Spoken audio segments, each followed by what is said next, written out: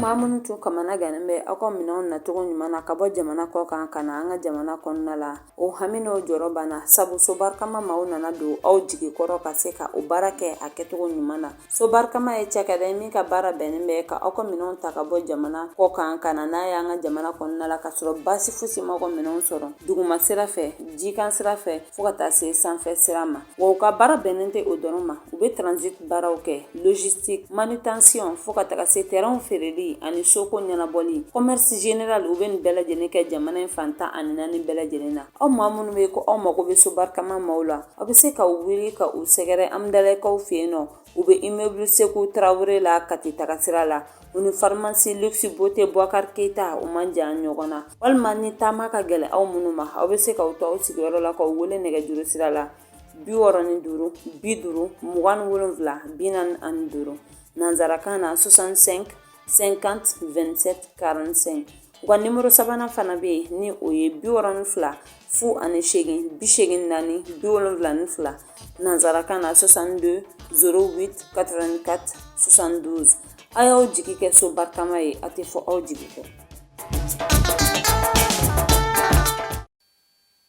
Bi ye tɛnɛ ye utukalo tile 3 san 2026. Aw minnu sɔgɔlen b'aw ka jabaraniso mandi la, an ka foli b'aw bɛɛ lajɛlen ka kɛɲɛ ni aw ka wagatiw cogoya an b'aw ladɔnniya ko ni aw ka kunnafoni wagati selen.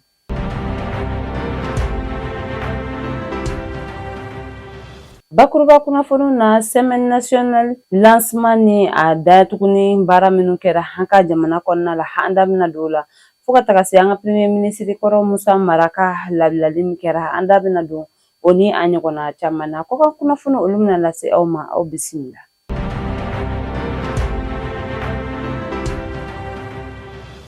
An ka jamanakuntigi général d'armée Assimi Goïta tɔgɔ la an ka premier ministre général de division Abdoulaye Maïga ye semaine du numérique dayɛlɛni ni a datuguni baaraw kɛ sibiri don utukalo tile fɔlɔ san 2026 ɲina. Kumasen min tun bɛ u bolo o de ye l'écosystème du numérique au Mali, état des lieux, enjeux, perspectives pour une transformation digitale réussie. U ka nin lasigi senfɛ min ye an ka ministre ye ale y'a jira ko intelligence artificielle o ni a tɔ bɛɛ lajɛlen ko olu ye nafaw ye minnu nafa ka bon kosɛbɛ an ka kalanko fo ka taga se kɛnɛyako nasira ma, wa fana ko u kelen opportunité ba de bɛ a kɔnɔna la minnu ni an bɛ se ka olu labaara yaasa kalanko nasira ni kɛnɛyako nasira fɛ cogoya min na an bɛ se ka yɛlɛma don o baaraw la. Ani fana a ye a jira ko an ka sifinnakaw bɛ se ka tɛmɛ bɔlɔlɔsira baaraw fɛ ka yɛlɛmaw don an ka jamana ka baarakɛta dɔw la. Ko olu ka laɲini belebele o ye fɛn min ye o de ye an ka sifinnakaw kana kɛ dɔrɔn a baara kɛbaga nka u ka kɛ a waliyabaga yɛrɛ, u ka kɛ maaw ye minnu bɛ a création baaraw kɛ ani fana ka se k'a kɛ u ta ye ka yɛlɛma fasugu bɛɛ lajɛlen ka a don a la ani fana u ye a jira ko u kelen bɛ ka fɛɛrɛw bɛɛ lajɛlen bila sen kan yaasa cogoya min na u bɛ se ka formation kɛ scientifiquement ka nafa sɔrɔ a la ani ka jamana ka o yɛrɛ nafa ni a ye fana. Wa a ye a jira fana ko numérique min filɛ nin ye ko a nafa ka bon kosɛbɛ, ko hali jamanaw bɛ se ka a ta ka baara kɛ ni a ye bolodi ɲɔgɔnma kɔnɔna la don n'a nataw la, kɛrɛnkɛrɛnnenya la AES jamanaw yɛrɛ ko olu bɛ se k'a ta ka baara kɛ ni a ye yaasa cogoya min na jamana saba in bɛɛ lajɛlen kolosolu bɛ se ka kɛ ɲɔgɔn na ani a jamanadenw bɛ se ka jɛ ka baara kɛ cogoya min na ɲɛtaga sira kama don n'a nataw la. Min ye AES ka chargé de l'économie numérique ye ni ale ye Burkina Faso poste digital et des communications électroniques ministre ye Aminata Zerbo Sambane. Ale fana ye kuma ta, ale y'a jira ko min ye jamana saba in ye ni o ye Mali, Burkina Faso ani Niger ko u saba bɛɛ lajɛlen ka kan ka fɛɛrɛw de bila sen kan, fɛɛrɛ minnu ni u bɛ taga ni o ye ɲɛfɛ u ka jamana kɔnɔna la ani fana fɛɛrɛ minnu ni olu bɛna kɛ yɛlɛma sababu ye u ka jamana ka cakɛdaw la don n'a nataw la. Wa fana a ye a jira ko sifinnaka min ye jamana saba in sifinnakaw ye u bɛɛ lajɛlen bɛ se ka fɛɛrɛw bila sen kan numérique nasiraw fɛ yaasa cogoya min na AES jɛkulu yɛrɛ bɛ se ka a tɔnɔmabɔ, wa fana ko a bɛ se ka kɛ sababu yɛrɛ fana ye min ye an ka yɛrɛma hɔrɔnya ani ɲɛtaga siraw olu bɛ se cogoya min na ka wɔrɔ an ka taa an ka jamanaw kɔnɔna la. U ka nin lasigi sen fɛ min ye concours média o premier édition hukumu kɔnɔna la minnu kɛra o lauréat ye olu ye jɔnjɔnw sɔrɔ a kɛnɛ kan. U ka nin lasigi sen fɛ min ye concours média sur les droits des enfants au Mali ye ni o baara kɛra UNICEF ka dɛmɛ kɔnɔna la. O lauréat ni o ye minnu ye jɔyɔrɔw sɔrɔ o kɔnɔna la olu ye jɔnjɔn sɔrɔ nin kɛnɛ kan u ka nin lasigi sen fɛ.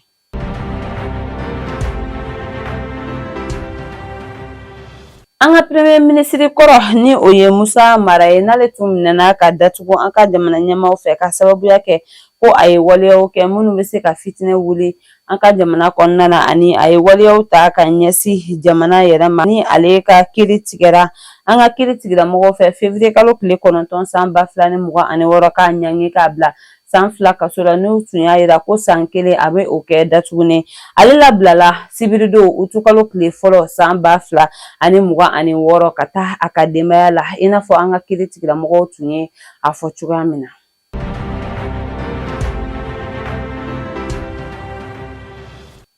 EDMSA ko k'a b'a da a ka clientèle bɛɛ lajɛlen tulo kan ko nin wagati in na min ye gɛlɛya kunkurunin o bɛ u kan u ka baara kɔnɔna la ko de y'a to min ye kuran ye a basigi sabatilen tɛ tile filɛ in na an bolo nka u ye a jira ko min ye u ka équipe technique ye kɛlen bɛ ka fɛɛrɛ bɛɛ lajɛlen bila sen kan yasa cogoya min na kuranko bɛ se ka basigi teliya la ka na gɛlɛya min bɛ u kan k'u bɛ ka fɛɛrɛw bɛɛ bila sen kan ka fura sɔrɔ a la teliya la jamanadenw ka lafiya kama. O hukumu kɔnɔ k'u bɛ hakɛto ɲini kɛ maliyɛnden bɛɛ lajɛlen fɛ minnu tɔɔrɔlen don ni kurantigɛ banbali in na.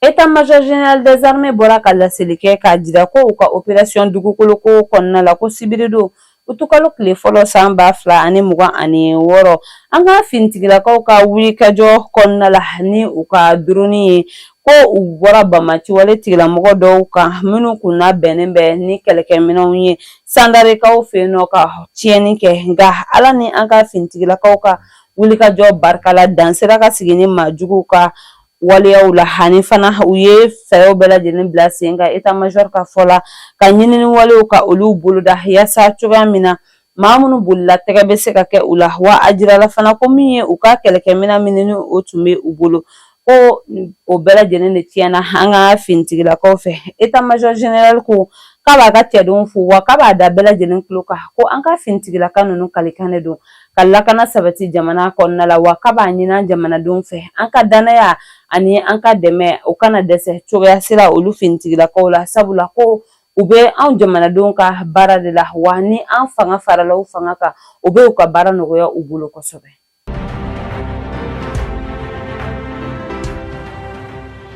État-major général des armées a bɔra ka laseli kɛ k'a jira ko an ka finitigilakaw n'u dɛmɛbagaw ka wulikajɔ kɔnɔna la u ka opération dugukoloko kɔnɔna la jumadon juillet kalo tile 31 san 2026 ko an ka finitigilakaw ye wulikajɔ bila sen ka Bamaci wale tigilamɔgɔw juguyara minnu tun faralen bɛ ɲɔgɔn kan yiri dɔ kɔrɔla la dugu la ni o bɛ wele ko Megu ni o bɛ so ye arrondissement na Moptikaw fɛ yen nɔ an ka finitigilakaw n'u dɛmɛbaga jɛkulu ka wulikajɔ kɔnɔna la a jirala ko u sera ka tatugu ni maajugu ninnu na ka dankari kɛ u ka waleya juguw la ani o kɔfɛ fana u ye wulikajɔw bila sen kan minnu bɛ ni olu bolila tɛgɛ bɛ se ka kɛ u la cogoya min na an bɛ wagati min na ko bibi na k'ali sisan ɲinini walew bɛ sen na yasa maajugu ninnu daga bɛ se ka ta ka bɔ an dala cogoya min na état-major ko fana k'a b'a yira jamanadenw na ko a tɛ sɛgɛn kuma ni fɔli la ko finitigilakaw kalikan de don ka lakana sabati ba Maliba fantan ani naani bɛɛ lajɛlen na nka ko o baara tɛ sabati ni an m'an ka danaya ani an ka dɛmɛ ta k'a lase u ma.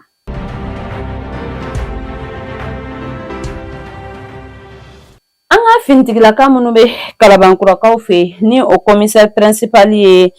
Samba Jara ale ni a ka adjoint Cɛba Kante n'u ka cɛdenw ye wulikajɔ bila sen kan juillet kalo tile 30 san 2026 u ka wulikajɔ in kɔnɔna la u ye wele bila maa saba minnu ni a jirala ko u nɔ tun bɛ denmisɛnnin 2 ka tununi na cɛmannin a jirala ko si bɛ san 5 la musoman si bɛ san 2 la wa u y'a jira fana ko ka fintigila u baraka ɲɔgɔn fintigila ka minnu bɛ Lafiyabugukaw fɛ yen nɔ ko u ni olu ka bolodi ɲɔgɔnma de kɔnɔna la ni maa 3 in tɛgɛ sera ka kɛ olu la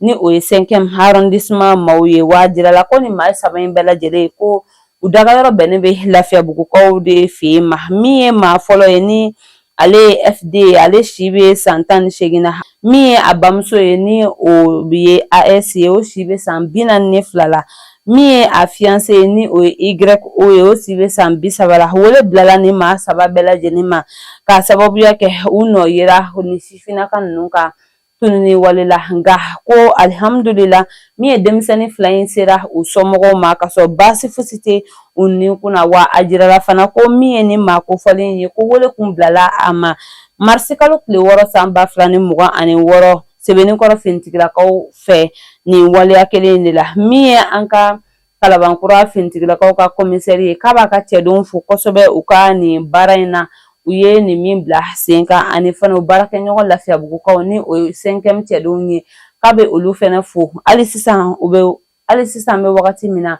sɛgɛsɛgɛliw bɛ sen na yaasa ɲɛdɔnni bɛ se ka kɛ a ko la cogoya min na.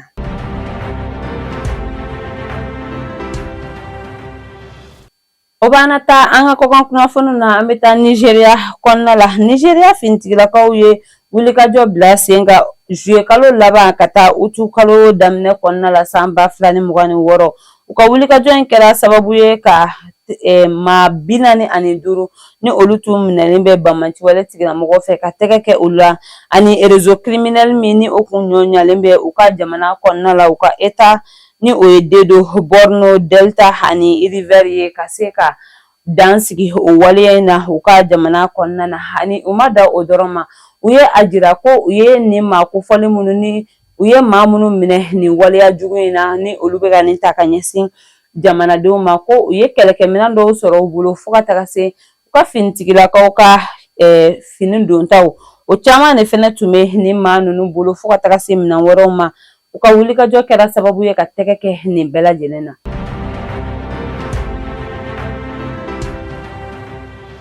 N'an bɔra yen an bɛ taa Senegal dugu kɔnɔna la Senegal sapeur-pompier maaw bɔra k'a jira ko u ka alabatoba min bɛ kɛ u fɛ yen ɲinan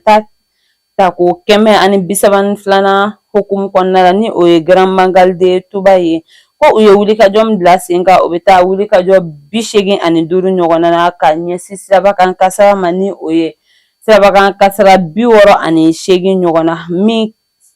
kɔlɔlɔ sera maa 136 ma ni maa 7 olu ni tora a ko da la u ye a jira ko maa 7 minnu ni tora a ko da la ko mototigi kelen bɛ a la min ni kasiki kun tɛ o kunna ni ale bɔnɛna a nin na wa a jirala ko ale ka accident o yɛrɛ juguyara kosɛbɛ o hukumu kɔnɔna la ko u bɛ welewelemada kɛ ka ɲɛsin bɛɛ lajɛlen ma ko ni alabatoba in hukumu in kɔnɔna la ko bɛɛ lajɛlen ka i janto i yɛrɛ la code de la route u ka u matarafa ani fana ko kana n'a fɔ ko u bɛ a ɲini ka tɛmɛ ɲɔgɔn na cogoya min ni o bɛ se ka kɔlɔlɔ lase u yɛrɛ ka ɲɛnamayaw ma wa fana min u ka gendarmerie cɛdenw ye olu ye a jira ko u kelen bɛ ka fɛɛrɛw bɛɛ lajɛlen bila sen kan yaasa lakana o bɛ se ka sabati cogoya min na nin wagatiba in kɔnɔna la u ye a jira ko min ye u ka cɛden maa 3,000 ɲɔgɔn na olu ye o de labɔ yaasa cogoya min na olu bɛ se ka lakana sabati nin wagati belebele in kɔnɔna la min ye u ka finitigilaka polisiw ye olu fana y'a jira ko lakana sabatili hukumu kɔnɔna la olu ye fɛɛrɛ caman de bila sen kan min ye u ka cɛden maa 4,823 u ye o de labɔ u ka bolimafɛn ni o ye mɔbili 212 u kelen bɛ k'o bila sen kan fo ka taga se moto 37 drone 9 ani système anti drone kelen u kelen bɛ k'o bɛɛ lajɛlen bila sen kan lakana sabatili la nin wagati belebele in kɔnɔna la ni o ye alabato ye ba ye min bɛ kɛ Senegal kɔnɔna la san o san yaasa maaw ni bɛ se ka kanda cogoya min na wa u y'a jira k'u ka wulikajɔ kɛra sababu ye ka wele bila maa 289 ma minnu ni olu minɛna infraction na.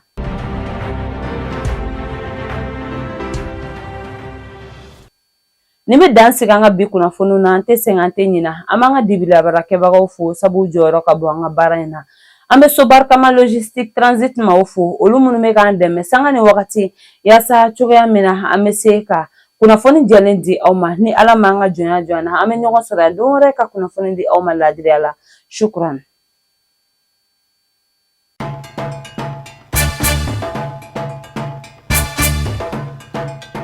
Sobarikama. Sobarikama est une entreprise de transit, transport, logistique, manutention et commerce général en import qu'en export sur toute l'étendue du territoire national. Nous avons des partenaires aussi en Chine. Notre direction se trouve à Amdalaï, immeuble Sekou Traoré, sur la route de Kati, non loin de la pharmacie Lixiboté, Bouakar Keita. Notre mission est la satisfaction de nos clients. Pour toute autre information, vous pouvez nous contacter sur les numéros suivants: 62 08 84 72 ou encore 65 50 27 45. Le compte Gmail c'est sobbarikama@gmail.com.